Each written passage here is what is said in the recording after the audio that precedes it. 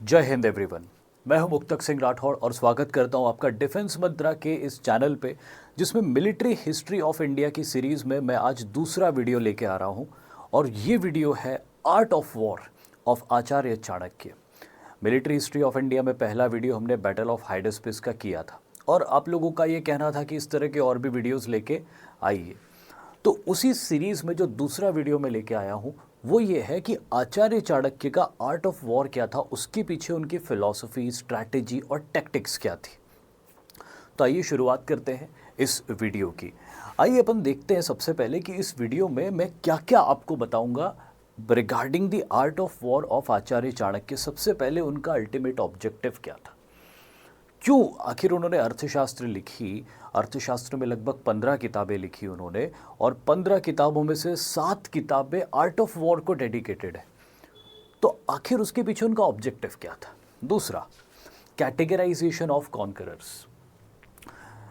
जब आप जीत जाते हो या कोई लड़ाई करके जीत जाता है तो जीतने के बाद वो कैसा बिहेव करता है, या जीतने के पीछे जो उसके ऑब्जेक्टिव्स होते हैं उनके बेसिस पे कॉन्करर्स को कितने पार्ट में डिवाइड किया गया है आचार्य चाणक्य के द्वारा, वो अपन देखेंगे। उससे आपको ये पता चलेगा आप किस कैटेगरी में आते हो एज अ कॉन्करर और आपको कैसा होना चाहिए। तीसरा, थ्योरी ऑफ साम दाम दंड भेद। ये थ्योरी काफ़ी पॉपुलर है, आपको काफ़ी कुछ पता भी होगा इस थ्योरी के बारे में। आर्ट ऑफ वॉर के कॉन्टेक्स्ट में अपन इस थ्योरी को समझेंगे। Then we have type of wars. अगर युद्ध हो ही जाता है तो कितने तरह के युद्ध हो सकते हैं जो आपको फेस करना पड़ सकते हैं या आप इनिशिएट कर सकते हो। नेक्स्ट इज एस्पेनाज सिस्टम, यानी कि गुप्तचर व्यवस्था कैसी होनी चाहिए। गुप्तचर व्यवस्था और मौर्य काल में या प्राचीन भारतीय समय में गुप्तचर व्यवस्था कैसी हुआ करती थी। And then there is type of battle formation. ये जो छठा पॉइंट है ना, this carries a bulk of this chapter. इस लेक्चर का जो बल्क है वो इस छठे पॉइंट में है, टाइप ऑफ बैटल फॉर्मेशंस, जिसमें हम बात करेंगे कि अब वजह चाहे जो भी हो, आप डिफेंस के लिए लड़ रहे हो या ऑफेंस के लिए लड़ रहे हो, लेकिन अब अगर आप बैटलफील्ड के अंदर आ गए हो तो आप कितने अलग अलग फॉर्मेशंस बना सकते हो, given that you have different challenges. अलग अलग चुनौतियां जो आपके ऊपर पेश की जा रही है उसके रिस्पॉन्स में आप कितने अलग अलग बैटल फॉर्मेशंस बना सकते हो। जब एनिमी आपसे ज़्यादा हो, जब एनिमी आपसे कम हो नंबर्स में, जब एनिमी बहुत अच्छे से ग्राउंडेड हो अपनी पोजीशन में, बहुत अच्छे मोर्चे बना के रखा हुआ, तब आप क्या करोगे।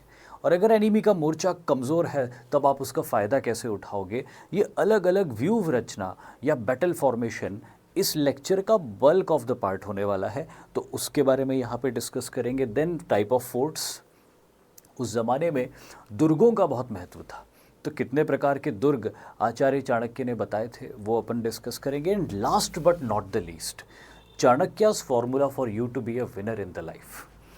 आचार्य चाणक्य अर्थशास्त्र के द्वारा क्या बताते हैं उसका एक सार अपन ने यहाँ पे निकाला है मात्र 3 पॉइंट्स में, जो इस लेक्चर में सबसे एंड में मैं आपको बताऊंगा। ये 3 ऐसे पॉइंट्स हैं जिसको अगर आप फॉलो करते हो तो देर इज़ हाई प्रोबेबिलिटी कि आप अपने जीवन में एक योद्धा, एक विनर बन सकते हो। योद्धा तो आप हो ही सही, एक विनर बन सकते हो। तो चलिए देर नहीं करते, इस चैप्टर की शुरुआत करते हैं। सबसे पहली चीज़, आचार्य चाणक्य का परिचय। वैसे तो सभी लोग जानते हैं इनको, but for those who may not be knowing about Acharya Chanakya, he was the person who reshaped Bharat when the nation faced one of the most challenging times, a broken internal state and a powerful invader hell bent on capturing our lands. आचार्य चाणक्य एक बहुत ही सामान्य से teacher थे और तक्षशिला के educational centre में वो पढ़ाते थे। लेकिन राजनीतिक परिस्थितियाँ कुछ ऐसी बनी भारत के अंदर कि उनको अपने टीचिंग के प्रोफेशन से आगे बढ़ के पॉलिटिक्स में स्टेप करना पड़ा। और पॉलिटिक्स में स्टेप करने के बाद में उन्होंने जो कुछ भी सीखा था, जो कुछ भी ज्ञान अपने गुरुओं से प्राप्त किया था, उसको प्रैक्टिकली इम्प्लीमेंट किया। और अल्टीमेट ऑब्जेक्टिव था नेशन को ग्रो करना, नेशन को डिफेंड करना, लोगों को एक अच्छा राज्य प्रोवाइड करना। उस समय 2 बड़ी चुनौतियाँ थी। एक तरफ नंद वंश का राजा धनानंद, जो बहुत ही अनजस्ट था, करप्ट था, और सिचुएशन ऐसी थी कि इंडिया का एक बहुत बड़ा हिस्सा जो नंद एम्पायर के पार्ट में आता था, वहाँ पे लोगों का जीवन बेहाल था। तो ये तो मेन लैंड इंडिया की कंडीशन थी। और नॉर्थ वेस्टर्न इंडिया की कंडीशन ये थी कि अलेक्जेंडर जैसा खूंखार इन्वेडर अब उसकी तरफ बढ़ा चला आ रहा था। तो उत्तर पश्चिम भारत पर एक बहुत बड़े आक्रमण का भय, और रेस्ट ऑफ इंडिया के अंदर एक बहुत ही अनजस्ट रूलर का रूल, और इन दोनों के बीच में सैंडविच्ड थे तक्षशिला के स्टूडेंट्स और टीचर्स। और यहीं से आचार्य चाणक्य के जीवन की शुरुआत होती है। उन्होंने क्या किया हिस्टोरिकली, अगर आपको ये देखना हो तो आप मौर्यन पीरियड का मेरा लेक्चर देख सकते हो, क्योंकि वो सारी चीज़ें उसमें मैंने बताई है। आज हमारा फोकस इस टॉपिक में आर्ट ऑफ वॉर के ऊपर है, तो आर्ट ऑफ वॉर की बात करेंगे। लेकिन ये वो इंडिविजुअल थे जिन्होंने उस समय एक तरफ यूनानी आक्रमणकारी अलेक्जेंडर और दूसरी तरफ धनानंद जैसे अत्याचारी और अन्यायी शासक के बीच में रहते हुए भारत को एक बेहतर राज्य व्यवस्था देने और भारत की सुरक्षा को और रक्षा को सुनिश्चित करने के लिए कदम उठाया और एक महान साम्राज्य मौर्य साम्राज्य की स्थापना करी। तो ये तो इनका परिचय था। अब आइए अपन आगे देखते हैं कि इनका ऑब्जेक्टिव क्या था। The ultimate objective of war according to Acharya Chanakya, for anyone can only be peace. So आगे मैं लिखता हूँ, so if you want peace prepare for war, right. Acharya Chanakya ये कहते हैं कि युद्ध का लक्ष्य खून खराबा करना या लूटपाट करना नहीं है। युद्ध का जो लक्ष्य है वो एकमात्र लक्ष्य है, और वो है शांति स्थापित करना। शक्तिशाली बनो ताकि कोई आपके साथ अन्याय नहीं कर सके। ताकतवर बनो, अपनी मिलिट्री को स्ट्रांग रखो ताकि आपके ऊपर कोई इन्वेजन नहीं कर सके, आपके साथ कोई इनजस्टिस नहीं कर सके, आपकी टेरिटरी आपसे कोई छीन नहीं सके, और आप शांति से जी पाओ। ऑब्जेक्टिव उनका युद्ध के द्वारा दुनिया जीतने का या दौलत कमाने का ये सब नहीं था। अल्टीमेट ऑब्जेक्टिव था कि शांति स्थापित हो सके। लेकिन वो ये कहते हैं कि अगर आपको शांति स्थापित करना है, if you want peace, you have to be prepared for war. आपको युद्ध के लिए तैयार होना पड़ेगा, क्योंकि अगर आप युद्ध के लिए तैयार नहीं हो, आप कमज़ोर हो, वीक हो, तो someone will take advantage of your weakness.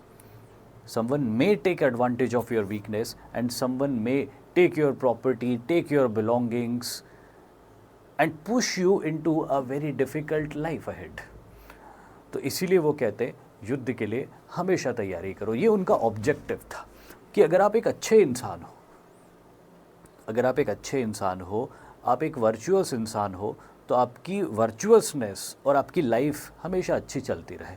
So peace is the objective but the means is preparation of war. Acharya Chanakya's art of war is a holistic approach to power. अब अर्थशास्त्र के अंदर आचार्य चाणक्य का जो आर्ट ऑफ वॉर है, जो वो एक राजा को, एक विजिगीषु को सिखाते हैं कि आपको युद्ध कैसे करना है, आपको क्या स्टेप्स लेने चाहिए, तो it's a holistic approach to power. सिर्फ बैटलफील्ड के अंदर वो नहीं आते, या मैं यूँ कहूँ कि डायरेक्टली बैटलफील्ड के अंदर वो नहीं आते कि सीधे बैटलफील्ड के अंदर उतर गए और बताने लग गए कि बैटलफील्ड की बारीकियाँ क्या है। हाँ, उन्होंने बैटलफील्ड के बारे में भी डिस्कस किया है, लेकिन वो कहते हैं कि एक रूलर के लिए, क्योंकि अर्थशास्त्र किताब उन्होंने एक शासक के लिए लिखी है, तो वो ये कहते हैं कि एक रूलर के लिए ज़रूरी है कि वो सबसे पहले शक्ति अर्जित करे, अथॉरिटी, पावर उसके पास हो। जब अथॉरिटी और पावर उसके पास होगी तो बाकी सारी चीज़ें फिर वो कर सकता है in order to keep his art of war at right place. तो यहाँ पे इनका अर्थशास्त्र, इनका art of war is a holistic approach to gaining power. शक्ति आपके पास में होनी चाहिए। In long term he emphasized on strategic planning to dominate the enemy. जब आप अर्थशास्त्र को पढ़ते हो और एनालाइज करते हो तो आप पाओगे कि लॉन्ग टर्म में जब वो बात करते हैं तो हमेशा ऐसी स्ट्रैटेजीज़ बनाने की बात करते हैं जिससे आप दुश्मन के ऊपर हावी हो सको, दुश्मन के कंपैरिजन में आपको ज़्यादा एडवांटेज मिले, दुश्मन के कंपैरिजन में आपके पास में बेटर रिसोर्सेज हो, अल्टीमेटली आप दुश्मन को डोमिनेट करो। So he is always strategizing to prepare better than the enemy. इनके आर्ट ऑफ वॉर की समरीज में बता रहा हूँ एक एक दो लाइन में, कि लॉन्ग टर्म में कहते हैं कि हमेशा ऐसे प्रिपरेशन रखो कि जिस दिन युद्ध हो you always prove to be better than your enemy. लेकिन in short term he uses deception to defeat the enemy. लेकिन वो ये भी कहते हैं कि एक्चुअली जब दुश्मन से आमना सामना आपका हो तो यूज़ डिसेप्शन। हाँ, वो खुल के फ्रंटल लड़ाई की भी बात करते हैं, लेकिन बहुत रेयर कंडीशंस में। ज़्यादातर कंडीशन में वो ये कहते हैं कि when you face the enemy use deception, और डिसेप्शन का यूज़ करके जल्दी से जल्दी लड़ाई जीतो। आचार्य चाणक्य के लिए लड़ाई जीतना इम्पॉर्टेंट है, लड़ाई लड़ना इम्पॉर्टेंट नहीं है। वो ये कहते हैं कि लड़ाई ऐसी लड़ी जाए कि जीत बहुत तेज़ी से हासिल हो, हमारे कम से कम लॉसेस हो, दुश्मन के ज़्यादा से ज़्यादा लॉसेस हो, और जल्दी से दुश्मन हार जाए। और इसके लिए डिसेप्शन का यूज़ करने के लिए वो जगह जगह प्रेरित करते हैं। और जैसे कि मैंने आपको बताया था कि out of 15 books in Arthashastra 7 are based on war and its strategies. तो आप समझ सकते कि एक राजा को ये बताने के लिए कि रूल कैसे करना है, जो 15 किताबें लिखी थी उसमें से 7 उसको यही सिखा रही थी कि युद्ध कैसे करना है। तो अब आप समझ सकते हैं कि युद्ध करना या युद्ध की तैयारी रखना राजा के लिए या राज करने के लिए कितना इम्पोर्टेंट है। आइए अब आगे बढ़ते हैं और सबसे पहले अपन देखते type of conquerors according to Acharya Chanakya. Acharya Chanakya ने कितने टाइप के कॉन्करर्स बताए हैं। तो यहाँ पे सबसे पहला है धर्म विजयन। पहले टाइप का कॉन्करर वो बताते हैं धर्म विजयन। धर्म विजयन एक ऐसा कॉन्करर है जो धर्म की स्थापना करने के लिए विक्ट्री कर रहा है। वो एक वर्चुअस रूलर है और वो चाहता है कि वर्चू जो वो फॉलो करता है और उसके राज्य में फॉलो की जाती है, वैसी ही वर्चू पूरी दुनिया में फॉलो की जाए। और इसीलिए वो अलग अलग इलाकों के ऊपर आक्रमण करके उनके राजाओं को अपने सबॉर्डिनेशन में ले रहा है। वो किसी राजा को मार नहीं रहा है, किसी की संपत्ति नहीं लूट रहा है। वो सिर्फ इसीलिए अपनी टेरिटरी का विस्तार कर रहा है ताकि उसका आइडिया, उसका विजन, ताकि उसका गवर्नेंस दूर तक फैल सके, जो कि अच्छा गवर्नेंस है, एक ऐसा गवर्नेंस जो आम व्यक्ति के जीवन में खुशहाली लेके आता है। तो ये है धर्म विजयन। तो ये आचार्य चाणक्य ने सबसे बेस्ट टाइप ऑफ कॉन्करर बताया है कि धर्म की स्थापना के लिए आप विजय कर रहे हो। जैसे कई पुराने राजा अश्वमेध यज्ञ करते थे, और इस धर्म विजय के अंदर अगर कोई स्थानीय शासक आपकी ओवरलॉर्डशिप को एक्सेप्ट कर लेता है तो ना आप उसको मारते हो, ना आप उसको ह्यूमिलिएट करते हो, उसको उसकी टेरिटरी रूल करने देते हो और अपनी आर्मी लेके आगे बढ़ जाते हो, जैसे कि अश्वमेध यज्ञ में होता था। The ruler only has to accept your overlordship, और उसके बाद आप उस रूलर को कुछ भी नहीं करते हो, वो बस आपको टैक्स पे करता है और आपकी ओवरलॉर्डशिप को एक्सेप्ट करता है। उसके बाद आपकी आर्मी आगे निकल जाती। इसको बोलते हैं धर्म विजयन रूलर। आचार्य चाणक्य कहते हैं कि अगर आप ऐसे रूलर हो तो बहुत अच्छी बात है, लेकिन आचार्य चाणक्य ये भी बताते हैं कि हो सकता है कि आप ऐसे रूलर नहीं हो और आपके ऊपर एक इन्वेजन हो रहा हो, वो ऐसे रूलर का हो रहा हो जो धर्म विजय के लिए अपने सेना को आगे बढ़ा रहा हो। तो आप क्या कर सकते हो उस कंडीशन में, जब धर्म विजय के लिए कोई अपनी सेना को आपकी तरफ आगे बढ़ा रहा है? तो आचार्य चाणक्य ऐसे में किसी रूलर को सलाह देते हैं कि अगर आप एक छोटे रूलर हो और कोई बड़ा ताकतवर रूलर धर्म विजय के लिए आगे बढ़ रहा है, तो ऐसे में उस बड़े रूलर की ओवरलॉर्डशिप को एक्सेप्ट कर लेने में ही फ़ायदा है, जब आप लड़ के नहीं जीत सकते उससे। और अगर वो आपसे जीत भी जाता है या आप उसकी ओवरलॉर्डशिप भी एक्सेप्ट कर लेते हो, तो वो आपको इंसल्ट नहीं करेगा, वो आपको किसी भी चीज़ के लिए फोर्स नहीं करेगा, ना अपने रिलीजन एक्सेप्ट करने के लिए फ़ोर्स करेगा, ना किसी और चीज़ के लिए फ़ोर्स करेगा। तो अगर वो ऐसा नहीं कर रहा है, वो सिर्फ ये चाहता है कि आप उसकी ओवरलॉर्डशिप एक्सेप्ट कर लो, तो वो धर्म विजयी है। आपको अगर वो आपसे ज़्यादा ताकतवर है तो उसकी ओवरलॉर्डशिप एक्सेप्ट कर लेनी चाहिए। और अगर आप एक्चुअली बड़े ताकतवर रूलर हो और कॉन्क्वेस्ट के लिए निकले हो, तो धर्म विजय के लिए निकले। अच्छे गवर्नेंस को दुनिया में दूर तक फैलाने के लिए अपनी टेरिटरी को फैलाओ, ना कि पैसे और संपत्ति के लिए अपनी टेरिटरी को फैलाओ। तो यहाँ पे दोनों पॉइंट ऑफ व्यू से बात हो रही है। अगर आप धर्म विजयी हो तो बेस्ट है, लेकिन अगर आप एक ऑर्डिनरी रूलर हो और आपके ऊपर जो इन्वेजन हो रहा है वो धर्म विजयी का हो रहा है, तो उसको एक्सेप्ट करो। दूसरा वो बोलते लोभ विजयी। लोभ विजयी वो ऐसे राजा को कहते हैं जो राजा टेरिटोरियल कॉन्क्वेस्ट करता है लालच की वजह से, ग्रीड की वजह से। वो ग्रीडी है, वो लालची है, उसको मनी चाहिए, उसको टेरिटरी चाहिए, उसको लैंड चाहिए। तो पहले तो आचार्य चाणक्य बोलते हैं कि आप अगर कॉन्करर हो तो ऐसे कॉन्करर ना बनो, ऐसे कॉन्करर बनो। लेकिन अगर ऐसा कॉन्करर आपके ऊपर अटैक कर रहा है तो आप क्या कर सकते हो? पहला तो ये कि आप लड़ सकते हो, लेकिन अगर पता चले कि उसकी स्ट्रेंथ आपसे बहुत ज़्यादा है तो आप क्या कर सकते हो? तो आचार्य चाणक्य कहते हैं कि ऐसी कंडीशन में जब आपकी जीत बिल्कुल भी सुनिश्चित नहीं हो और जो व्यक्ति आपके ऊपर आक्रमण कर रहा है वो ग्रीडी है, अगर लालची है, तो उसको पैसा दे दो, ज़मीन मत दो, उसको पैसा दे दो। वो ये कहते हैं, आचार्य चाणक्य ये कहते हैं कि अगर आपका पैसा गया है तो पैसा दोबारा बनाया जा सकता है, लेकिन अगर आपकी लैंड चली गई तो बहुत मुश्किल होगा उस लैंड को दोबारा हासिल करना। तो वो ये कहते हैं कि अगर कोई लालची रूलर आपके ऊपर जो आपसे ताकतवर हो अटैक कर रहा हो और आपकी जीतने की गुंजाइश नहीं हो तो करना उससे समझौता ही है, लेकिन उसको पैसा देके। लेकिन ये समझौता परमानेंट नहीं होगा। आचार्य चाणक्य कहते हैं कि उसे दिया गया पैसा उसके ध्यान को डाइवर्ट कर देगा, उसकी जो इंटेंसिटी आपके ऊपर हमला करने की वो इंटेंसिटी कम हो जाएगी और उसका हमला काफ़ी समय के लिए आपके ऊपर होने से रुक जाएगा।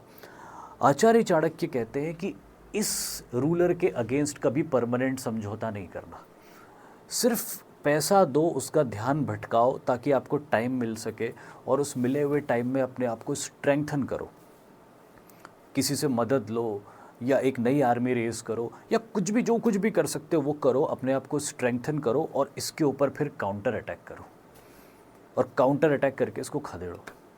लेकिन अगर ये हमला कर रहा है और इमीडिएटली आप इससे लड़ नहीं पा रहे हो, जूझ नहीं पा रहे हो, तो इसको पैसा दे दो और इसको शांत करो, टाइम बार्गेन, टाइम लो और टाइम लेके अपने आप को रीस्ट्रेंथन करो और फिर इसके चंगुल से निकल जाओ, इसके थ्रेट को ख़त्म कर दो। और तीसरा है असुर Vijayan, one who makes conquest in the manner of a demon, एक राक्षस की तरह, एक असुर की तरह ये विक्ट्री करता है। Seizes land, money and the wives of the conqueror king and takes the opponents life. ये ही नोज नो मर्सी, ये ऐसा इन्वेडर है जो हमला करता है और हारे हुए राजा का सब कुछ छीन लेता है, उसके बेटे बेटी, वाइफ या वाइव्स, टेरिटरी, लैंड, मनी, हर चीज़ छीन लेता है और इवन उसको मार भी देता है। इस तरह के कॉन्करर को आचार्य चाणक्य निकृष्टतम कॉन्करर मानते हैं और ऑब्वियसली आचार्य चाणक्य कभी किसी रूलर को इस तरह का कॉन्करर बनने की सुझाव नहीं देते हैं, न इस तरह का कॉन्करर और न इस तरह का कॉन्करर। क्यों इस दो तरह के कॉन्करर बनने का आचार्य चाणक्य सुझाव नहीं देते? भाई अगर आपके पास पावर है तो बन सकते हो, आप तो कुछ भी बन सकते हो इसमें से, यही क्यों बनना है, ये दो भी तो बन सकते हो। पर आचार्य चाणक्य का ये कहना है कि अगर आप ये दो बनोगे, हो सकता है कि आज आपके पास बहुत मिलिट्री पावर है और मिलिट्री पावर के दम पे आप लोभ विजयन बन गए या असुर विजयन बन गए और आपने वैसा बिहेव किया जीतने के बाद जैसा कि यहाँ पे लिखा हुआ है, तो आपकी जीत बहुत टेम्परेरी होगी।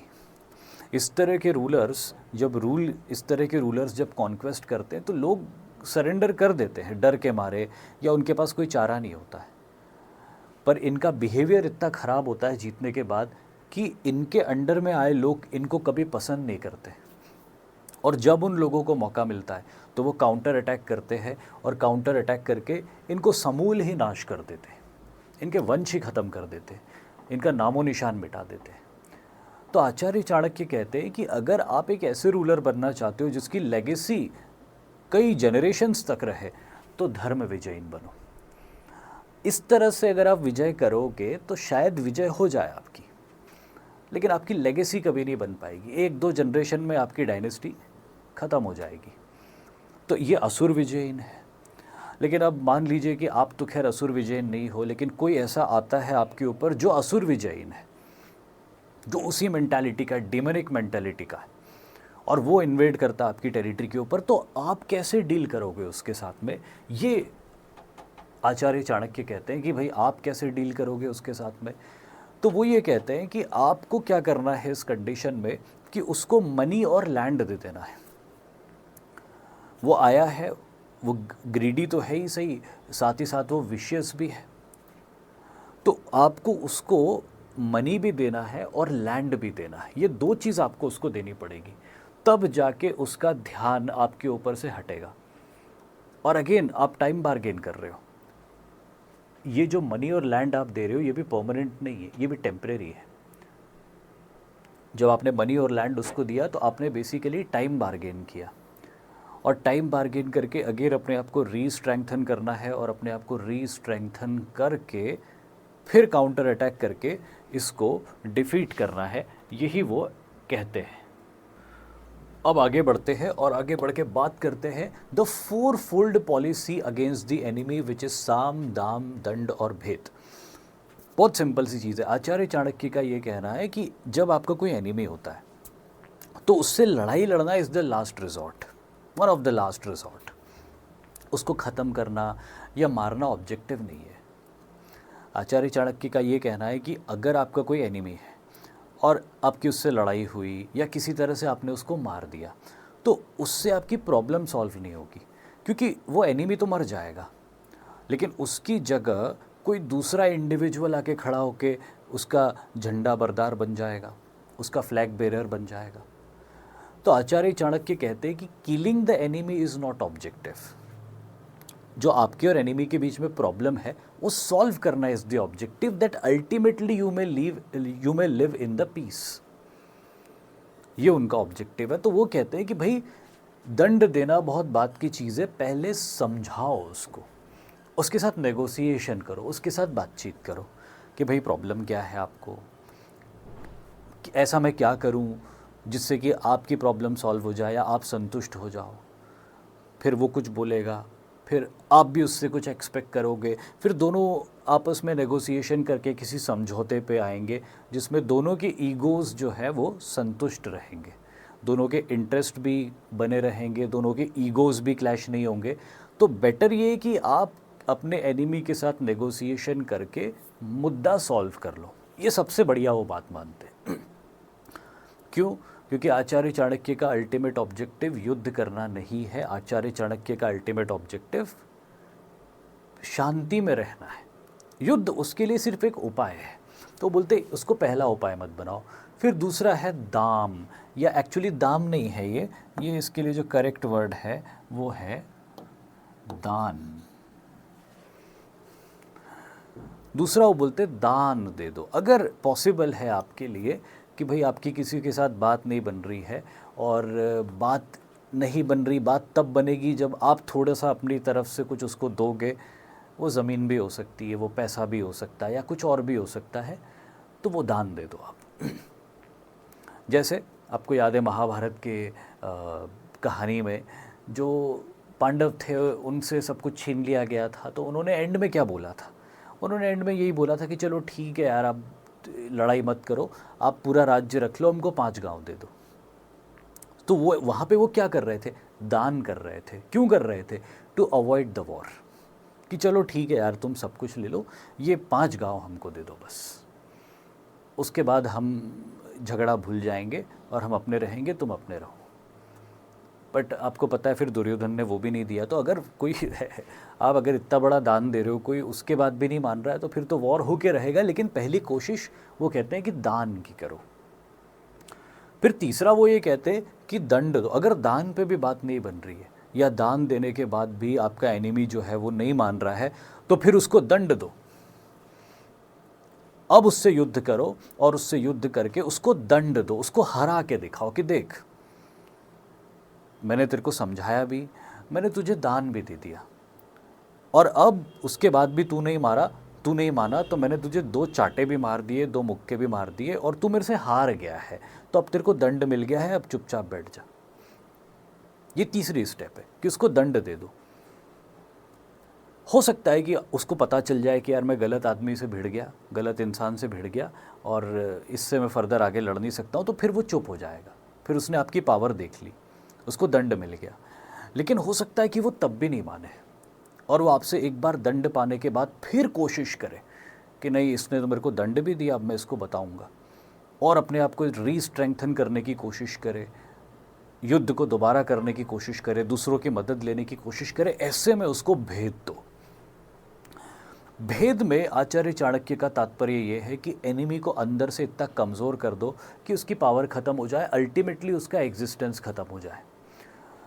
दुश्मन की पावर को अंदर से तोड़ो, उनके लोगों को आपस में लड़वाओ, उनके कमांडर्स वगैरह को मरवा दो, जो जो भी बुरा उसके साथ कर सकते हो कर दो, और इस हद तक दुश्मन को कमज़ोर कर दो कि अब अगर आप उसके ऊपर अटैक करो तो सिर्फ उसको दंड नहीं मिले बल्कि उसका अंत हो जाए,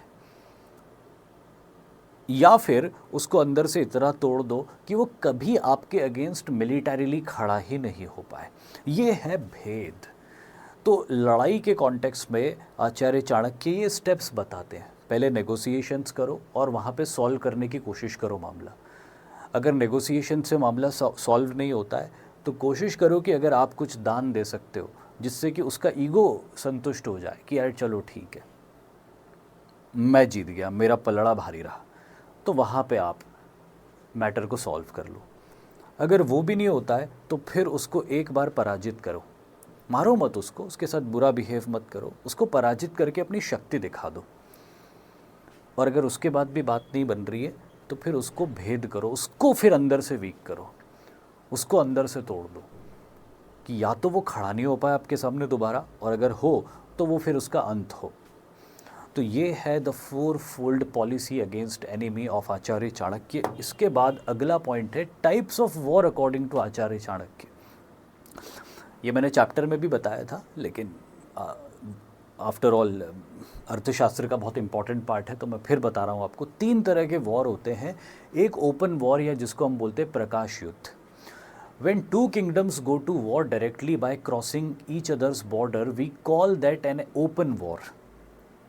The soldiers are on the field attacking each other. There is open combat and the enemy is right in front of us. ये definition मैंने modern context में दी है। ये इस तरह की लड़ाई होती है जिसमें दो एनिमीज़ डिक्लेयर्ड रूप से एक दूसरे के साथ वॉर में होते हैं और अपनी पूरे सैन्य बल के साथ में एक दूसरे का आमना सामना करते हैं। और ओपन वॉर में अपने पूरे सैन्य बल के साथ में युद्ध किया जाता है। उसका एक ऑब्जेक्टिव और होता है कि अपने सैन्य बल, अपनी मिलिट्री स्ट्रेंथ के दम पे दुश्मन को साइकोलॉजिकली टेरराइज करो, साइकोलॉजिकली डीमोरलाइज करो। ये भी उसका एक ऑब्जेक्टिव होता है ओपन वॉर का, कि मेरी स्ट्रेंथ ज़्यादा है, तुम्हारे पास भी टैंक है, मेरे पास भी टैंक है, मेरा टैंक ज़्यादा अच्छा चलता है, तुम्हारे पास भी फाइटर प्लेन्स है, मेरे पास भी फाइटर प्लेन्स है, मेरे फाइटर प्लेन्स जो है वो 5th जनरेशन के, तुम्हारे 4.5वीं जनरेशन के। तो ये ओपन वॉर में पावर डिस्प्ले करो, लड़ाई भी होगी, पावर डिस्प्ले भी खूब होगा, एनिमी साइकोलॉजिकली डिमोरलाइज होगा, और सामने सामने की लड़ाई में मैसिव आर्मीज़ आती है, क्योंकि पावर डिस्प्ले हो रहा है तो मैसिव आर्मीज़ आएगी और एक दूसरे के साथ फ्रंटल असॉल्ट होगा और डिक्लेयर्ड रूप से होगा। दूसरा है कंसील्ड वॉर, जिसको हिंदी में बोलते हैं कूट युद्ध। A concealed war is fought by using the element of surprise against a superior और strong enemy. It is more like a guerrilla war, जहाँ पे एनिमी आपसे नंबर्स में ज़्यादा है, क्वालिटेटिवली बेटर है, स्ट्रेंथ में ज़्यादा है, और आप अगर फ्रंटली उससे लड़ोगे तो जीतने के कोई चांस नहीं है। तो ऐसे एनिमी के अगेंस्ट बिल्कुल वैसे लड़ो जैसे महाराणा प्रताप और छत्रपति शिवाजी महाराज ने अकबर और औरंगज़ेब के अगेंस्ट रिस्पेक्टिवली लड़ा था। पहाड़ों का इस्तेमाल करो, छापामार लड़ाई करो, हिट एंड रन टैक्टिक्स का यूज़ करो, रात का उपयोग करो हमला करने के लिए, दुश्मन के शिविर पे हमला करो। तो बहुत सारे जो ऐसे स्टेप्स होते हैं जो अनकन्वेंशनल स्टेप्स होते हैं, वो अनकन्वेंशनल स्टेप्स लेके अनकन्वेंशनल तरीके से एनिमी के अगेंस्ट फाइट करो और उसको डिफीट करो। तीसरा है साइलेंट वॉर या त्रिश्नेम युद्ध। A silent war is not fought on the battle field, it does not usually have an external enemy and it is fought on the continued basis inside the kingdom, so that the power of the enemy is diluted slowly and steadily. ये इस तरह की लड़ाई होती है जिसमें आप अपने एनिमी को अंदर से वीक कर रहे होते हो। सीधी लड़ाई नहीं है ये आपकी, ये भेद वाली लड़ाई है। साम दाम दंड भेद में जो भेद है ये वो वाली लड़ाई है। आचार्य चाणक्य कहते हैं कि जो आपका दुश्मन अगर दुष्ट है, अगर वो जो अपन ने देखा था असुर विजयन है, उस टाइप का दुश्मन है आपका, तो फिर उसको अंदर से जड़ से ख़त्म करना ज़रूरी है। तो उसके अगेंस्ट तृष्णिम युद्ध करो, उसके किंगडम में अंदर लोगों को आपस में लड़वाओ, उसकी जो यंग जनरेशन है उसमें नशे की लत लगा दो ताकि वो बड़े होके कुछ कर ही नहीं सके, न पढ़ाई में न लड़ाई में। और उनके बड़े बड़े जो कमांडर्स हैं या लीडर्स हैं उनके असैसिनेशंस करवा दो, मरवा दो उनको, असैसिनेशंस करवा दो उनको। तो इस सब की वजह से वो लीडरलेस हो जाएंगे और उनकी सोसाइटी जो है पूरी तरह से भटक जाएगी। अल्टीमेटली क्या होगा, अगर आपकी उनसे लड़ाई होती है तो वो इस पोजीशन में नहीं रहेंगे कि वो आपका मुकाबला कर सकें, और अगर लड़ाई नहीं होती है तो वो कभी इस पोजीशन में आ ही नहीं पाएंगे कि आपको चैलेंज कर सके, क्योंकि वो अंदर से ही वीक हो चुके होंगे। तो these are like cold wars. आज की तारीख में अपन देखते हैं ना कोल्ड वॉर्स, अमेरिकन और रशियंस ने एक दूसरे के अगेंस्ट कोल्ड वॉर लड़ा। आज की तारीख में अगेन अमेरिकन और रशियंस, अभी भी कोल्ड वॉर चल रहा है उनके बीच में। आज इंडियंस और पाकिस्तानीज़ या चाइनीज़ और इंडियंस, ये सब एक दूसरे को अंदर से वीक करने की कोशिश करते। This is the modern concept of war. आज कोई ये वाली लड़ाई लड़ना पसंद नहीं करता, हर कोई इस लड़ाई में लगा हुआ है, क्योंकि ये लड़ाई करने में खतरा भी है कि आप जीत भी सकते हो, आप हार भी सकते हो। और अगर आपने ये वाली लड़ाइयाँ करी और अगर इस लड़ाई में आप हार गए तो एक झटके में आपका खेल ख़त्म हो सकता है। लेकिन ये लड़ाई ऐसी होती है जिसमें आप धीरे धीरे धीरे पैसा लगा के दुश्मन के अगेंस्ट कुछ ना कुछ करते रहते हो ताकि वो अंदर से ग्रेजुअली वीक पड़ता जाए।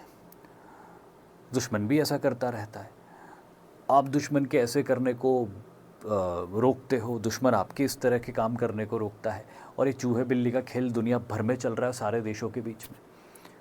तो ये आज की रियलिटी है। तृष्णिम युद्ध, जब आचार्य चाणक्य का ये कहना था कि ये उसी के अगेंस्ट किया जाए जो बहुत दुष्ट हो,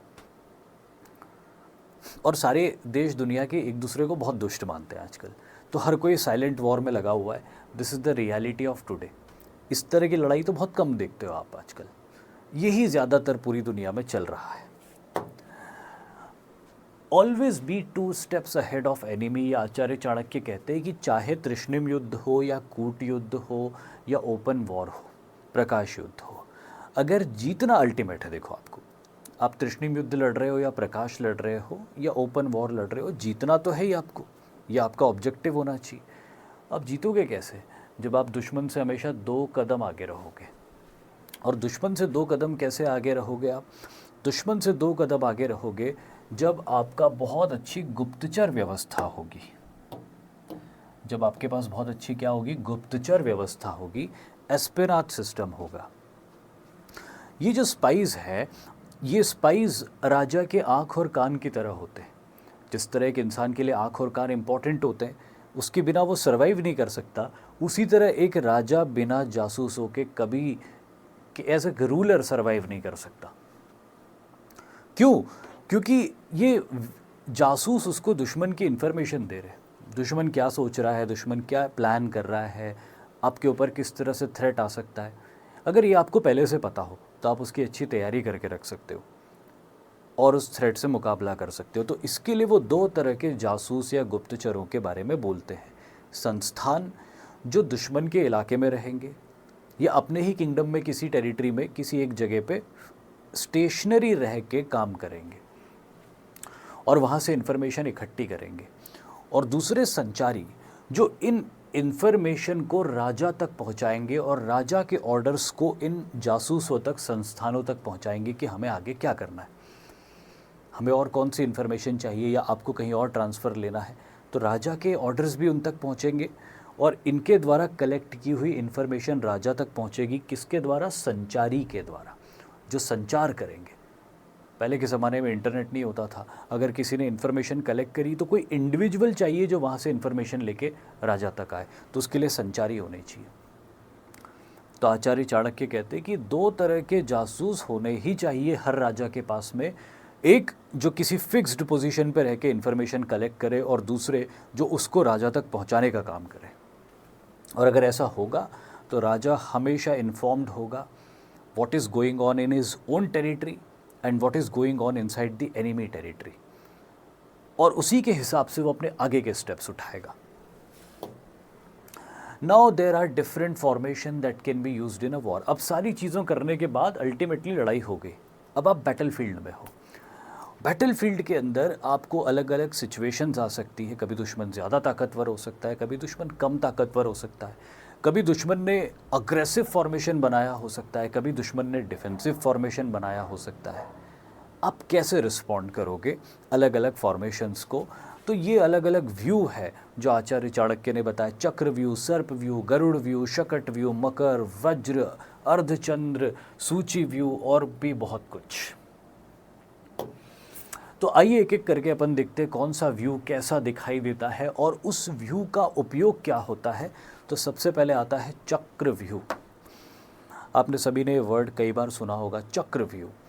the troops are arranged in circular formation. एक तरफ से ओपनिंग रखी जाती है कि अगर दुश्मन अटैक करता है तो यहाँ से घुस सके अंदर से. एक तरफ से ओपनिंग रखी जाती है, लेकिन जैसे ही एनिमी अंदर घुसेगा तो इन सर्कल्स के दोनों ही फ्लैंक्स पे खड़े हुए सोल्जर्स एनिमी को अटैक करेंगे. और अटैक कुछ ऐसी डायरेक्शन में होगा कि एनिमी का मूवमेंट अंदर की तरफ ही होता जाएगा. और जैसे जैसे एनिमी अंदर की तरफ जाता जाएगा उस सर्कल्स में और ट्रैप होता जाएगा. यहाँ पे बहुत सारे कॉन्सेंट्रिक सर्कल्स आपको दिखाई दे रहे हैं कि ये एक सेंटर है और इस सेंटर के अराउंड एक ये सर्कल है, एक ये सर्कल है, एक ये सर्कल है. तो ये जो कॉन्सेंट्रिक सर्कल है और एकमात्र ओपनिंग है, ये एनिमी को अंदर आना तो अलाउ करती है, लेकिन अंदर आने के बाद एनिमी के लिए इन कॉन्सेंट्रिक सर्कल्स के फ्लैंक्स को तोड़ के बाहर निकलना नियर इम्पॉसिबल हो जाता है.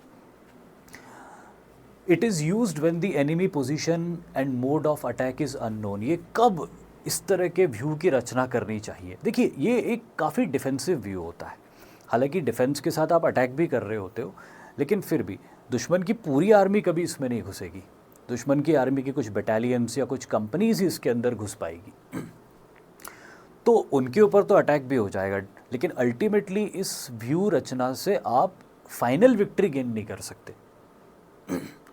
तो ये व्यू रचना कब बनानी चाहिए? When you are not sure of कि एनिमी क्या प्लान कर रहा है, एनिमी का अटैक कैसे आने वाला है, उसका खुद का फॉर्मेशन क्या है. तो ये बहुत सेफ व्यू होता है, एक बहुत मजबूत डिफेंसिव और सेफ व्यू होता है, सेफ फॉर्मेशन होता है उस कंडीशन में जब आपको दुश्मन की योजना के बारे में पता नहीं होता है. It is used for offensive as well as defensive. It is more defensive and little bit offensive also. It is considered very difficult to break, क्योंकि कॉन्सेंट्रिक सर्कल्स है. आप एक फ्लैंक को तोड़ोगे, दूसरा फ्लैंक, फिर तीसरा, चौथा, पहले तो आप अंदर ही अंदर घुसते जाओगे. आप देखो, इसका जो एंट्रेंस है वो एंट्रेंस पहले फ्लैंक से नहीं है, एंट्रेंस ही तीसरे फ्लैंक से है. तो अगर यहाँ पे घुस के भी आपको लगा कि आप ट्रैप हो गए, यहाँ से भी आपने निकलने की कोशिश करी, तो आपको 3 लाइन ऑफ डिफेंस पार करनी पड़ेगी. बहुत मुश्किल होगा. और जब आपके ऊपर लगातार इस डायरेक्शन से हमला होता रहेगा तो आप अंदर ही अंदर पुश होते जाओगे. और अंदर ही अंदर पुश होके, जैसे अब आप मान लीजिए यहाँ तक पुश हो गए, अब अगर आपको यहाँ से बाहर निकलना है तो 1, 2, 3, 4, 5 लाइन ऑफ डिफेंस आपको तोड़नी पड़ेगी. बहुत मुश्किल है. तो ये दुश्मन को फंसाने के लिए बहुत अच्छा है. कब? जब आपको उसकी स्ट्रैटेजी, टैक्टिक्स नहीं पता. आप सभी जानते हैं महाभारत में इसका उपयोग हुआ था. आचार्य चाणक्य की जो बताए हुए व्यू हैं ये ओरिजिनली उनके नहीं है. पुराने ज़माने में उनसे पहले के जो विद्वान थे वो इस तरह के व्यू रचना के बारे में बता के चले गए थे. आचार्य चाणक्य ने भी अपनी किताब में इनका जिक्र किया है, तो वही अपन यहाँ पे बात करेंगे. आचार्य चाणक्य ने जितनी व्यू रचना बताई है उससे और भी ज़्यादा व्यू रचना है, लेकिन मैंने उतनी रखी जितनी आचार्य चाणक्य ने बताई है. दूसरी है सर्प व्यू. zigzag formation, इंग्लिश में इसको बोलते हैं zigzag formation. It is a flexible and winding formation used in uneven terrain and used to create confusion in enemy's mind. ज़्यादा देखा, सांप की बॉडी कैसी है, zigzag है, इसीलिए इसको सर्प व्यू कहा जाता है.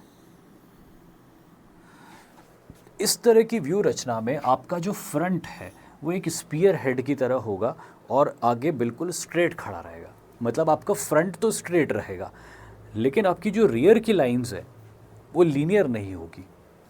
कुछ इस तरफ फैली हुई दिख रही है, कुछ इस तरफ फैली हुई दिख रही है। मतलब अगर आप इसको एक बैटलफील्ड व्यू बनाओ तो एक आपके ट्रूप्स यूँ खड़े हुए हैं, फिर कुछ ट्रूप्स आपके यहाँ खड़े हैं, कुछ ट्रूप्स आपके यहाँ खड़े हैं, कुछ यहाँ खड़े हैं, कुछ यहाँ खड़े, ऐसे खड़े हुए आपके ट्रूप्स। तो ये इस तरह की फॉर्मेशंस, इस तरह की व्यू रचना तब बनाई जाती है एक जब टरीन अनइवन हो।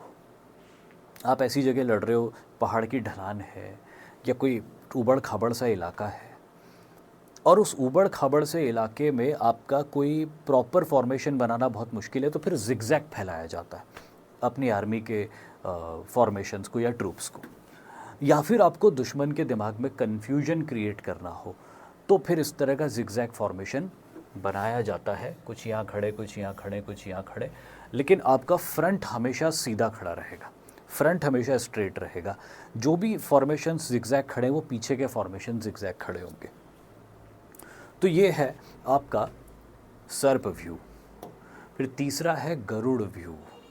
Garuda vyuh is a formation with a strong mid section. Garuda पक्षी जो अपने पंख फैला के जब दो पाँव पे खड़ा होता है तो कैसा व्यू बनता है, बिल्कुल एग्जैक्टली वही गरुड़ व्यू है। तो ये जो गरुड़ व्यू है, इस गरुड़ व्यू में आपका सेंटर बहुत स्ट्रॉन्ग होता है। आप देख सकते हो रियर भी पतला है, फ्रंट पतला नहीं है, लेकिन सेंटर के मुकाबले फ्रंट नैरो है। और सबसे स्ट्रॉन्ग क्या है यहाँ पे, centre. It is equally good for offence and defence. ये एक ऐसा फॉर्मेशन है कि अगर आप श्योर नहीं हो तो आप ये गरुड़ व्यू बना लो, मजबूत सेंटर बना लो, रीजनेबली स्ट्रॉन्ग फ्रंट बना लो और पीछे एक हल्का पतला रियर रख लो। और इस तरह जब आप आगे बढ़ोगे तो ये ऐसे व्यू होते हैं कि अगर दुश्मन आपके ऊपर हावी हो गया तो डिफेंस में भी मदद कर देंगे, और अगर आगे बढ़ के आपने दुश्मन के ऊपर एडवांटेज ले लिया तो उस एडवांटेज को आगे मोमेंटम में पुश भी करते रहेंगे। ये है Garuda vyuh, equally good for offence and defence. It is an immediate counter measure for heron formation. एक फॉर्मेशन होता है जिसको हिंदी में बोलते हैं क्रॉन्च व्यू। ये एक इमीडिएट काउंटर मेजर है अगर आपके सामने क्रॉन्च व्यू है तो। अब देखो क्रॉन्च व्यू कैसा होता है। ये आपको दिखाई दे रहा है बर्ड, ये इसको इंग्लिश में हेरॉन बोलते और हिंदी में क्रॉच बोलते। इसकी फ्लाइट देख रहे हो आप कैसी है, इसके विंग्स फैले हुए हैं, इसका जो हेड है वो नैरो है, एकदम नुकीला, और इसके जो पाँव है पीछे पतले पतले हैं। अगर ये एक बैटल फॉर्मेशन है तो इसमें सबसे ज़्यादा स्ट्रेंथ कहाँ पे है, अगेन सेंटर में स्ट्रेंथ है इसकी सबसे ज़्यादा, और इसकी फ्लैंक्स में स्ट्रेंथ है। इसके जो राइट और लेफ्ट फ्लैंक है उसमें बहुत स्ट्रेंथ है। इसका जो फ्रंट है वो कैसा है, नुकीला फ्रंट है इसका, एकदम स्ट्रीमलाइंड, और इसका रियर कैसा है, पतला। एग्जैक्टली ऐसा बैटल फॉर्मेशन क्रॉन्च व्यू या हेरॉन फॉर्मेशन कहा जाता है। It is a formation with an attacking front. इसका फ्रंट कैसा, नुकीला, एकदम स्ट्रीमलाइंड, जो कि एनिमी के किसी भी पार्ट में अटैक करके उसको पियर्स कर सकता है, उसको पेनिट्रेट कर सकता है, क्योंकि उसके पीछे एक मजबूत राइट, लेफ्ट और सेंटर का बल्क है। लेकिन साथ ही साथ ये ऐसा फॉर्मेशन है जो उसके फ्लैंक्स को प्रोटेक्ट करके रखता है।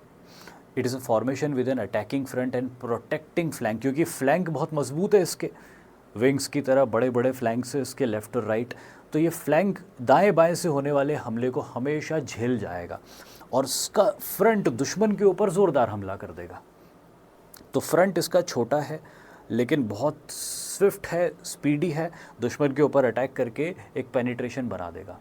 और इसके जो फ्लैंक हैं वो दुश्मन को दाएं बाएं हमला करने से प्रोटेक्ट कर लेंगे या प्रिवेंट कर लेंगे। तीसरा, it is use to break strong enemy defences and penetrate into formation to divide enemy flank. और ऑब्जेक्टिव इसका क्या है कि अगर एनिमी ने स्ट्रॉन्ग डिफेंसिव फॉर्मेशंस बनाए तो बिल्कुल एक हेरॉन की चोंच की तरह तेज़ी से दुश्मन के अंदर घुस जाओ और दुश्मन को बीच से ऐसा चीर दो कि दुश्मन के राइट और लेफ्ट फ्लैंक एक दूसरे से अलग हो जाए, सेपरेट हो जाए, उनका कम्युनिकेशन ठप पड़ जाए और आप बीचों बीच घुस जाओ दुश्मन के। ये है क्रॉच व्यू। लेकिन इसी का काट जो है वो गरुड़ व्यू है।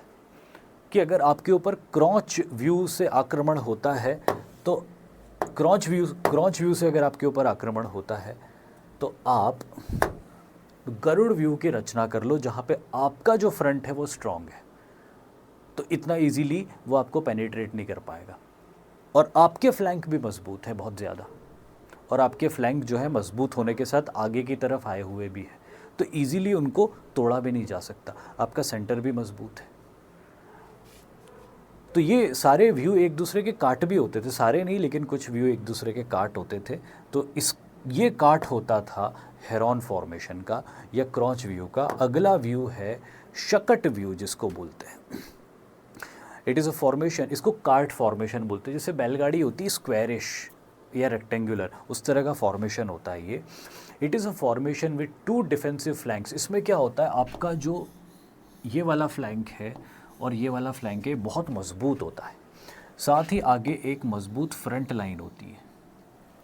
और आपके जो सबसे इम्पॉर्टेंट एसेट है, आपका कमांडर है, वो बीच में खड़ा हुआ रहता है, और सबसे पीछे एक रियर भी रहता है उसके। तो इसलिए इसको कार्ट व्यू बोलते हैं।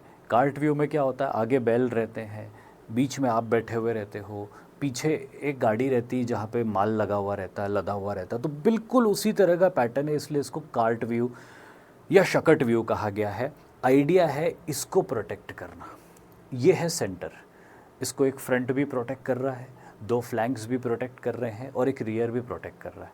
तो ऐसी कंडीशन आ जाए कि आपकी सेंट्रल पावर के ऊपर अटैक हो जाए और आपको कैसे भी उसको गिरने से बचाना हो, तो शकट व्यू अपनाओ। ये एक बहुत डिफेंसिव फॉर्मेशन है। It protects the central command well. It is good for defensive war, शकट व्यू। नेक्स्ट इज मकर व्यू, द क्रोकोडाइल फॉर्मेशन। देखिए मगरमच्छ का जो व्यू है उसको एक मगरमच्छ की तरह समझिए।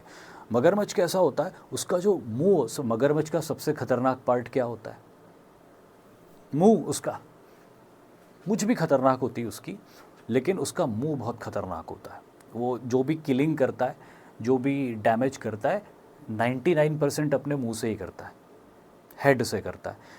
तो मकर व्यू ऐसा व्यू है जिसमें किसी भी आर्मी का जो हेड है वो बहुत मजबूत होगा, उसका जो फ्रंट है जिसको वैनगार्ड बोलते हैं वो बहुत मजबूत होगा। It is a formation with a strong attacking front and a narrow rear.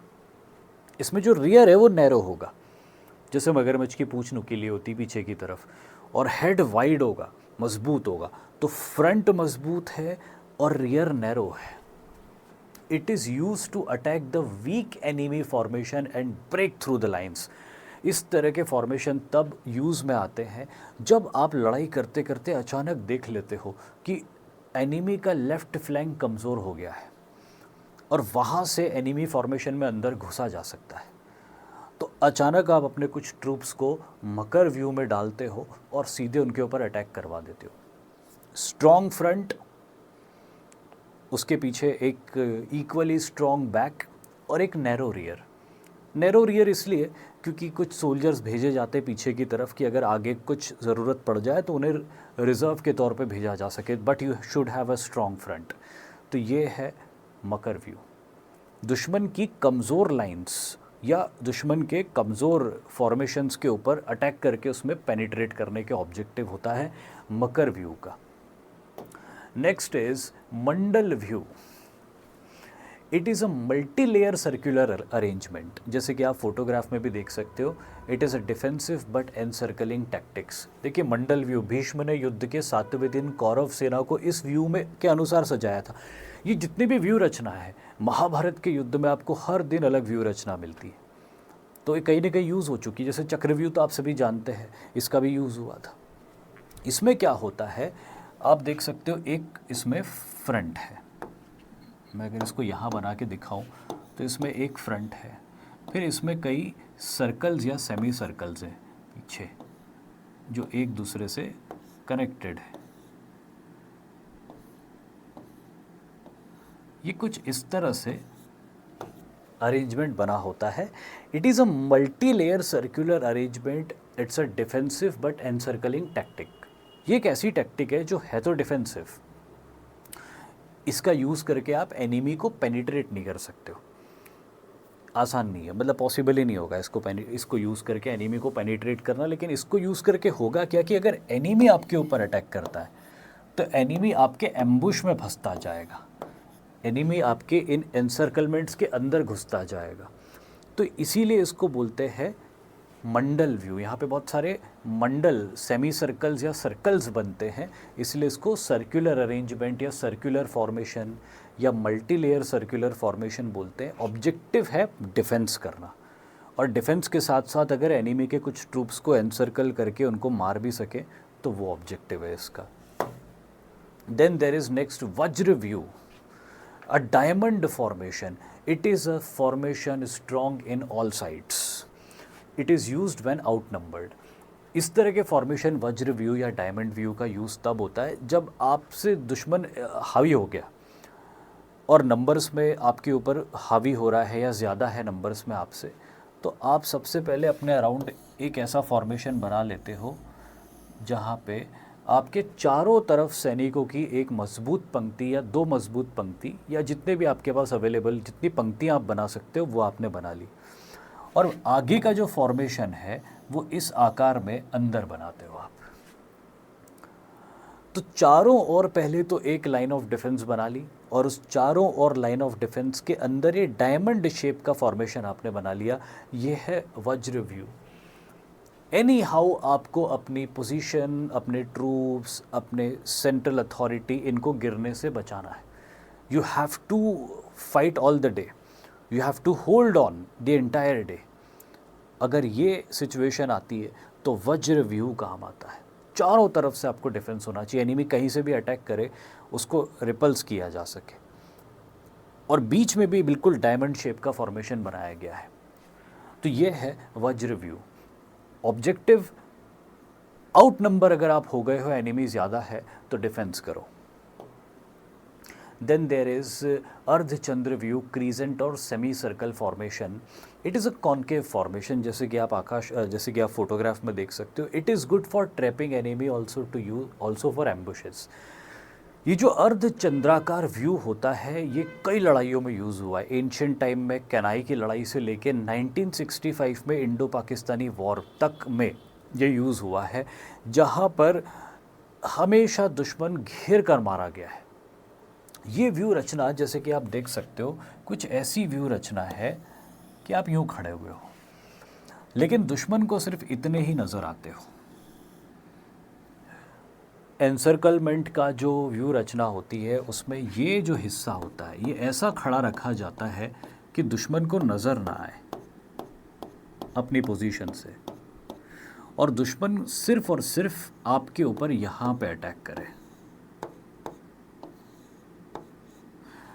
जैसे दुश्मन यहाँ अटैक करेगा आपको एक लीनियर फॉर्मेशन में देख के, तो दुश्मन की पोजीशन यहाँ आ जाएगी, और फिर धीरे धीरे ये जो दोनों एरियाज़ हैं ये दुश्मन के क्लोज इन होते जाएंगे और दुश्मन के ऊपर दाएं बाएं से अटैक कर देंगे और पीछे से भी अटैक कर देंगे।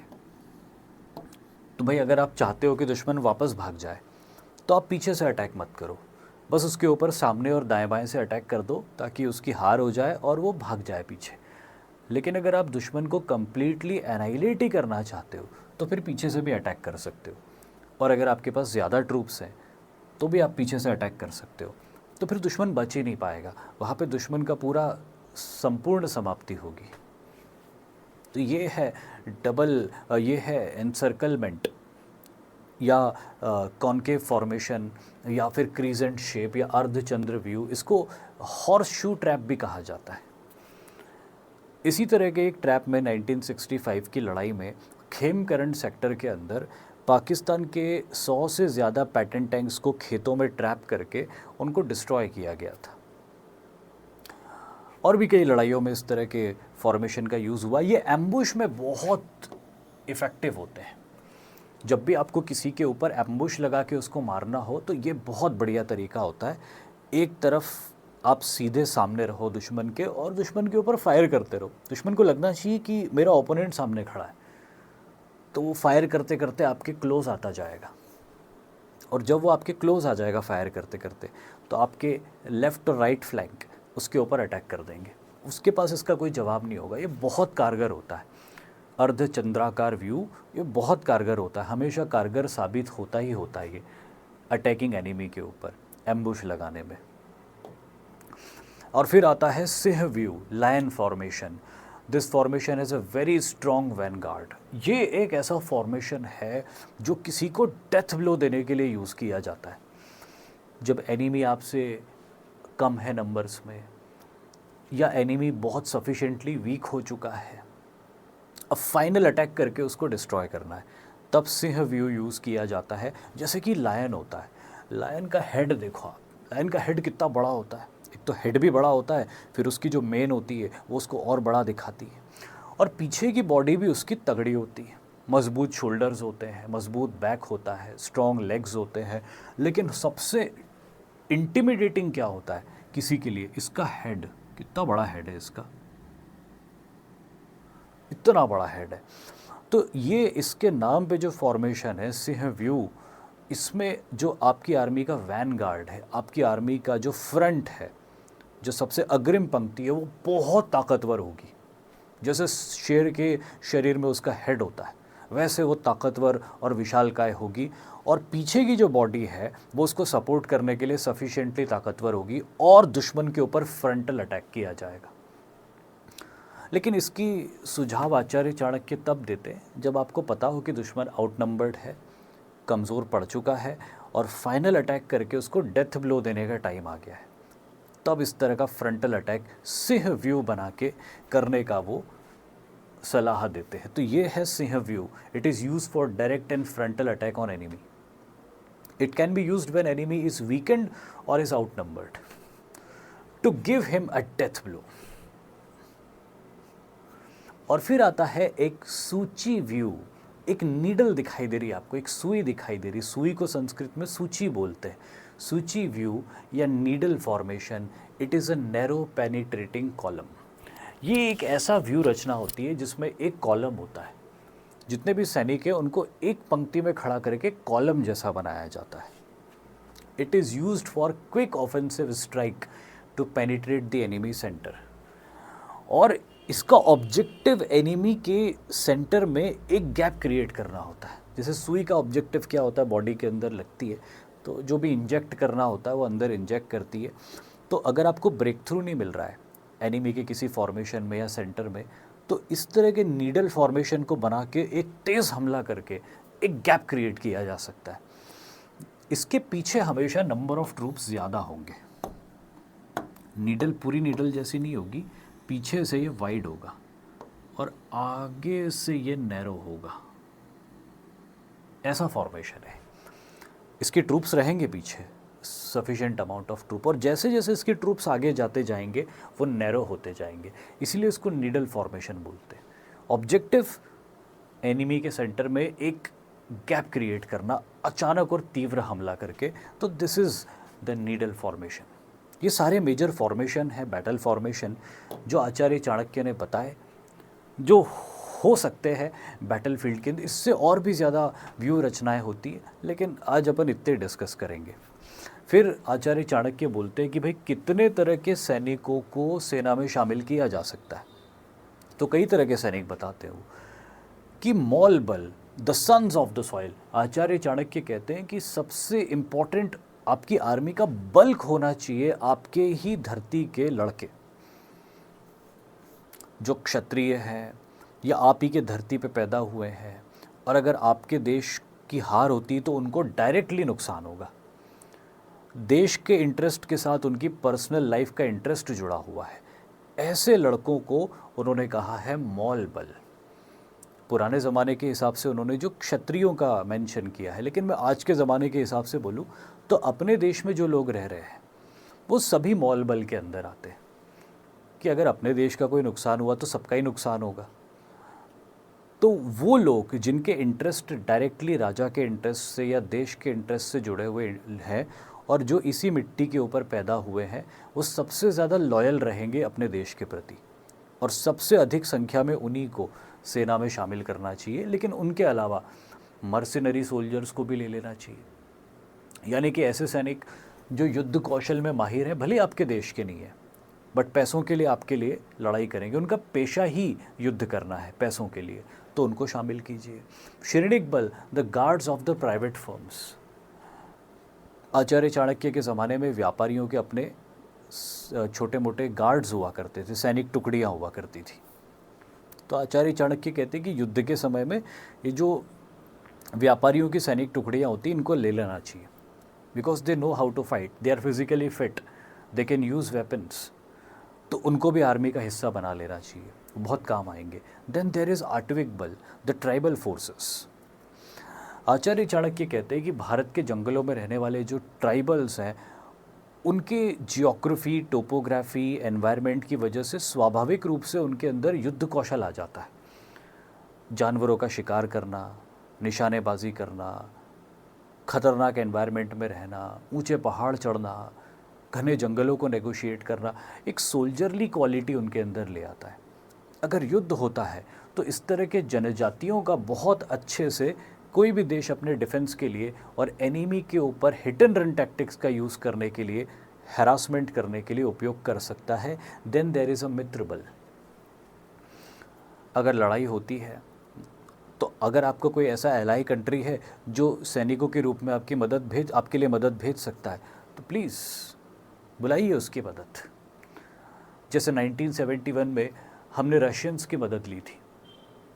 पाकिस्तान को तो हम संभाल लेते, लेकिन जब अमेरिकन्स बीच में आ रहे थे तो फिर हमें रशियंस की मदद लेनी पड़ी थी। तो ऐसा करना पड़ता है। तो इसलिए आपके मित्र होने चाहिए और उनके मित्र बल का प्रयोग भी होना चाहिए। एंड देन देयर इज़ अमित्र बल, द प्रिजनर्स ऑफ वॉर। आचार्य चाणक्य कहते हैं कि जो प्रिजनर्स ऑफ वॉर होते हैं, उनका कई तरीके से इस्तेमाल हो सकता है युद्ध में।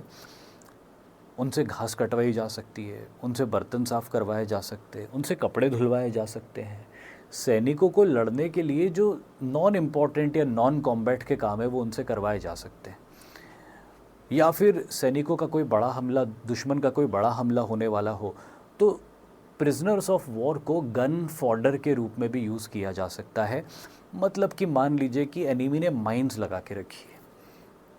अब आपको पता नहीं एनिमी ने कहाँ माइंस लगा के रखी है, आपके पास में प्रिजनर्स ऑफ वॉर हैं, आप प्रिजनर्स ऑफ वॉर को भेज दो वहाँ पे कि जाओ वॉक करो।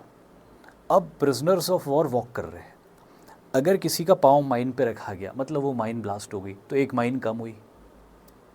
प्रिजनर ऑफ वॉर तो गया, वो तो उसके जाने नहीं जाने से अपने कोई फ़र्क नहीं पड़ता, पर आपकी एक माइन ब्लास्ट हो गई। अगर कोई प्रिजनर ऑफ वॉर किसी माइन के ऊपर पाँव रखे बिना ही आगे निकल गया, मतलब उसने वो रास्ता निकाल लिया है उसके फुट स्टेप्स के ऊपर कि यहाँ पे माइन नहीं है, तो आप अपने ट्रूप्स को उसके पीछे आगे बढ़ा सकते हो कि भाई ये निकला है, इसके पाँव के नीचे कोई माइन नहीं फटी, मतलब ये जहाँ जहाँ से निकला है वहाँ पे माइंस नहीं है, तो हमारे ट्रूप्स वहाँ से पार कर सकते हैं। तो ऐसा भी यूज़ कर सकते हैं। ये आपके ऊपर है कि आप कैसा यूज़ करना चाहते हो प्रिजनर्स ऑफ वॉर का। तो इस तरह आचार्य चाणक्य बोलते हैं कि आपके सेना के अंदर ये 6 अलग अलग प्रकार के फोर्सेस का अलग अलग इस्तेमाल किया जा सकता है, लेकिन जो मेन फाइटिंग फोर्स होगी आपकी वो यही होगी, मॉल बल। जो आपकी मेन फाइटिंग फोर्स होगी वो हमेशा ये होगी, बाकी पे आप रिलाय नहीं कर सकते हो। आपके यूज़ में आ जाएगी बाकी, बट उसके ऊपर कंप्लीटली रिलाय नहीं कर सकते हो। रिलाय इसी के ऊपर करना है जो आपके सन्स ऑफ सॉइल है, जो अपने देश के लिए लड़ रहे हैं, सैलरी के लिए नहीं लड़ रहे हैं, या उनको ज़बरदस्ती लाया गया है इसलिए नहीं लड़ रहे हैं, या फ्रेंडली नेशन है इसलिए नहीं लड़ रहे हैं, वो अपने देश की रक्षा के लिए लड़ रहे हैं। सबसे बेस्ट वही लड़ेंगे। फिर आचार्य चाणक्य कई तरह के दुर्ग बताते हैं। भारत में अलग अलग तरह की जियोग्राफिकल कंडीशंस है, तो वो राजा को कहते हैं कि भाई ये बहुत ज़रूरी है कि आप सेफ़ रहो, प्रोटेक्टेड रहो, आपकी जितनी भी वेल्थ आपने अर्न करी है वो सेफ गार्डेड रहे, आपकी फैमिली, आपके मिनिस्टर्स, आपके ऑफिसर्स सब सेफ गार्ड रहे। उसके लिए एक किला होना चाहिए, एक दुर्ग होना चाहिए। और भारत में अलग अलग तरह की जियोग्राफिकल कंडीशंस है, टोपोग्राफीज़ है, तो हर अलग अलग तरह की टोपोग्राफी के अंदर अलग अलग तरह का फोर्ट होगा। तो अगर आप ऐसी टेरिटरी में रहते हो जहाँ पे बहुत बड़ी बड़ी वाटर बॉडीज़ है, तो वाटर बॉडी के बीच में एक किला बना लो। उसको उन्होंने नाम दिया है जल दुर्ग। अंग्रेज़ी में अपन बोल सकते हैं आइलैंड फोर्ट। इनफैक्ट पाटलिपुत्र का जो डिफेंस था वो बिल्कुल जल दुर्ग ही था। पाटलिपुत्र के किले के आसपास इन्होंने गहरे गड्ढे खोद दिए थे और उसमें वाटर भर दिया था, तो वो बिल्कुल जल दुर्ग जैसा बन गया था।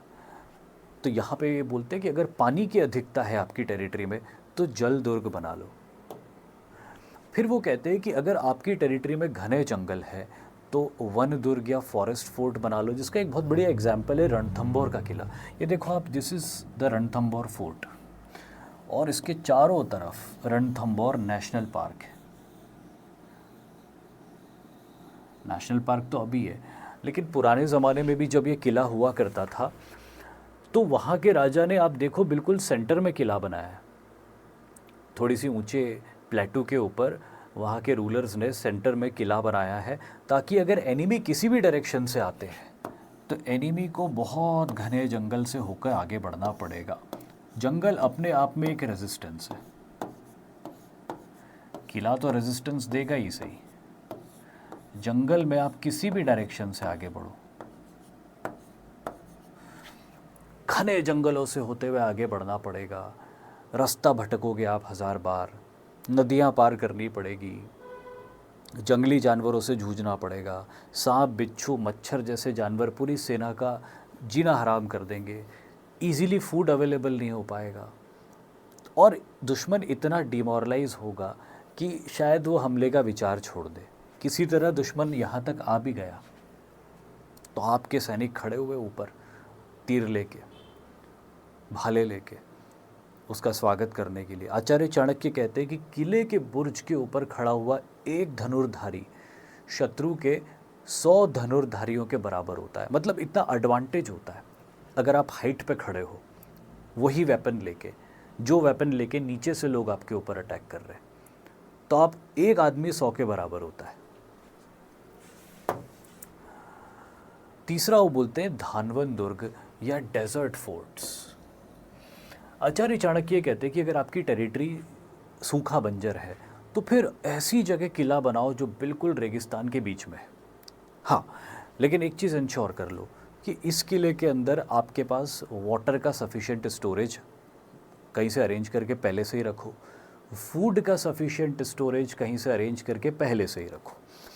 अब अगर एनिमी अटैक करेगा आसपास से तो ऑब्वियसली वो एकदम से जीत नहीं पाएगा, क्योंकि आपकी आर्मी इन बैस्टियंस के ऊपर खड़ी हुई है, इन वॉल्स के ऊपर खड़ी हुई है, उसको रेजिस्ट करेगी कई दिनों तक, महीने तक, और कई दिनों तक दुश्मन को यहाँ पे, क्योंकि आपने रेगिस्तान के बीच में किला बनाया है, आप उसको वाटर का एक्सेस दोगे नहीं, तो एनिमी के लिए वाटर का अरेंजमेंट करना नियर इम्पॉसिबल हो जाएगा और 3-4 दिन से ज़्यादा एनिमी टिक ही नहीं पाएगा आपके सामने, उसको पीछे लौटना ही पड़ेगा। तो अगर डेजर्ट रीजन है, आपका सूखा इलाका है, तो सबसे सूखी जगह पे बनाओ किला, पर अपने किले में तालाब बनवा लो या आर्टिफिशियली वाटर किसी तरह से कहीं से भरवा के पहले से ही रखो उसको ढक के, कि मुसीबत के समय काम आए। खाने का अरेंजमेंट करके रखो एंड लेट द एनिमी कम। 3-4 दिन से एनिमी ज़्यादा यहाँ पे आपके सामने टिक नहीं पाएगा। एंड देन आचार्य चाणक्य बोलते हैं कि सर्व दुर्गों में जो सर्वश्रेष्ठ है वो गिरी दुर्ग है, माउंटेन फोर्ट्स। तो वो ये कहते हैं कि अगर आपके किंगडम में ऊंचे पहाड़ हैं तो फिर वहीं किला बनाओ। अगर आपका किंगडम ऐसा है कि वहाँ वाटर भी है, डेजर्ट भी है, जंगल भी है और पहाड़ भी है, तो फिर पहाड़ पे बनाओ किला। सबसे बेस्ट है ऊंचे पहाड़ पे। आप देख सकते हो एक पतली सी रिजलाइन के ऊपर महाराष्ट्र में प्रतापगढ़ का किला बना हुआ है, जहाँ पे बहुत लंबे समय तक छत्रपति शिवाजी महाराज ने अफजल खान की फोर्सेस को नीचे ट्रैप करके रखा हुआ था, ऊपर ही नहीं आ पा रहे थे। आचार्य चाणक्य बोलते हैं कि इस तरह के किलों के ऊपर चढ़ के आक्रमण करना बहुत ज़्यादा मुश्किल होता है, अच्छी अच्छी तोपों के गोले नहीं पहुंच पाते ऊपर। अब तो खैर पहुंच सकते आज की तारीख में, पर उस ज़माने में आचार्य चाणक्य कह रहे थे कि जब आप हाइट पे बैठे हो, बहुत हाइट पे, तो नीचे वाले व्यक्ति को आपको जीतना और बहुत ज़्यादा मुश्किल हो जाएगा। और these are the best forts they offer the best resistance to the enemy. अगर आप यहाँ से 10 किलो का एक पत्थर भी एनिमी के ऊपर फेंक दोगे, सिर्फ गिरा दोगे, तो पत्थर लुढ़कते लुढ़कते लुढ़कते जब एनिमी को लगेगा तो उसकी स्पीड 100-150 किलोमीटर पर आवर की हो चुकी होगी और वो एक वेपन बन जाएगा। तो ये सबसे बेस्ट फोर्ट्स माने गए हैं जो आचार्य चाणक्य ने एंशिएंट और मेडाइवल रूलर्स को सजेस्ट किए थे। और अब last but not the least जो मैंने बोला था कि आचार्य चाणक्य के पूरे अर्थशास्त्र का 3 पॉइंट्स में सार, जिससे कि एक इंडिविजुअल अपने जीवन में विनर बन सकता है, उसको वो प्रेरणा मिलती है। तो वो बोलते 3 तरह की शक्ति होती है। आप स्क्रीन पे पढ़ भी चुके होंगे अब तक, पर मैं एक्सप्लेन करता हूँ। मंत्र शक्ति। मंत्र शक्ति का यहाँ पे कोई जादू टोने वाले मंत्र से लेना देना नहीं है। मंत्र मतलब मंत्रणा, मंत्रणा मतलब बोलना, बोलना मतलब सुनना, एडवाइस। तो आचार्य चाणक्य क्या कहते हैं, किसी के लिए भी सक्सेसफुल होने के लिए बहुत इंपॉर्टेंट पॉइंट होता है the power of advice from a wise person. आप जिंदगी में कोई भी काम कर रहे हो, always take advice from wise people. हमेशा नहीं, बट हाँ, जो आपको लगता है कि ट्रूली वाइज है उनकी आप एडवाइस लो। और आप एक चीज़ कॉमन पाओगे, जब आप ट्रूली वाइज पीपल की एडवाइस लोगे तो आप 4-5 की भी ले लोगे तो वो एक ही चीज़ बोल रहे होंगे आपको, क्योंकि सच एक ही होता है। तो 4-5 लोग भी, अगर आप एडवाइस 4-5 लोगों से भी आप एडवाइस लेते हो जिनको आप वाकई में वाइज कंसिडर करते हो और वो वाकई में वाइज है, तो आपको एक ही बात मिलेगी उनसे, लगभग एक ही बात घुमा फिरा के वो बोल रहे होंगे आपको।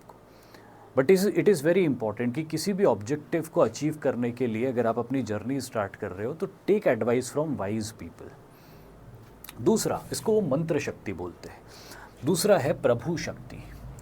प्रभु शक्ति आचार्य चाणक्य के रूलर के कॉन्टेक्स्ट में बोलते हैं कि the power of money and power of forces. ये दोनों चीज़ों का कॉम्बिनेशन अगर आपके पास है तो लड़ाई में जीतने के आपके चांसेस बहुत ज़्यादा है।